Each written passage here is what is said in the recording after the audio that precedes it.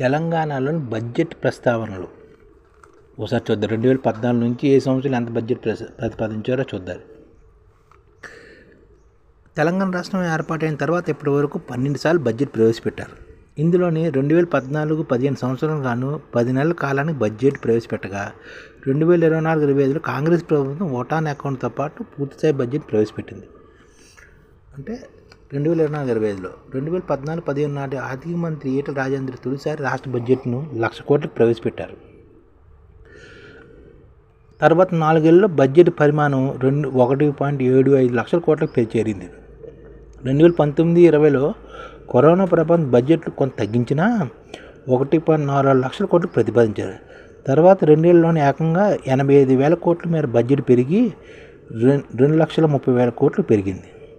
రాష్ట్రంలో కాంగ్రెస్ ప్రభుత్వం అధికారంలో వచ్చే నాటికి 2,90,000 కోట్లుగా ఉన్న బడ్జెట్ 2024-25లో 2,91,000గా ప్రతిపాదించారు. అంతకుముందు కాంగ్రెస్ ప్రభుత్వం ప్రవేశపెట్టిన ఓటాన్ అకౌంట్ కూడా బడ్జెట్లో కూడా అంచనా వ్యయము 2,75,000 కోట్లుగా ప్రతిపాదించారన్నమాట. ఇప్పుడు మొత్తం చూస్తే 2014-15లోని 1,06,637 కోట్లు అనమాట. అప్పట్లో బడ్జెట్ 1,06,637 కోట్లు 2014-15లో. 2015-16లోని 1,15,689 కోట్లు 2015-16కి.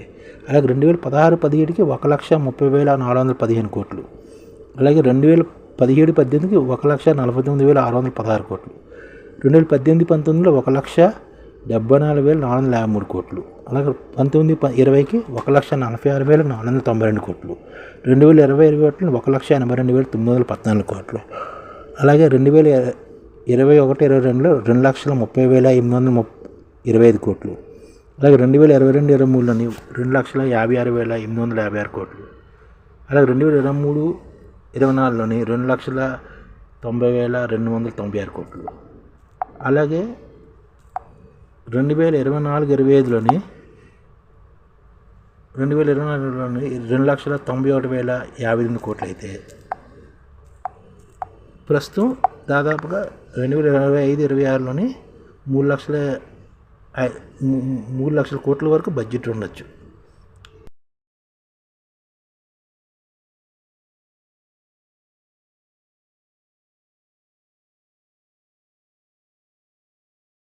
ఈ ఛానల్ ముఖ్య ఉద్దేశం ఏంటంటే మన తెలుగు రాష్ట్రాల్లో 1 కోటి మందికి సంఘటిత రంగాల్లో ఏ విధంగా ఉద్యోగాలు ఇవ్వవచ్చు, కనీస నెల జీతం 30,000 వరకు ఏ విధంగా ఇవ్వవచ్చు, ఏ విధంగా చేస్తే ఉద్యోగాలు సృష్టించబడతాయో వివరిస్తూ ఈ ఛానల్ వీడియోలు వస్తాయి.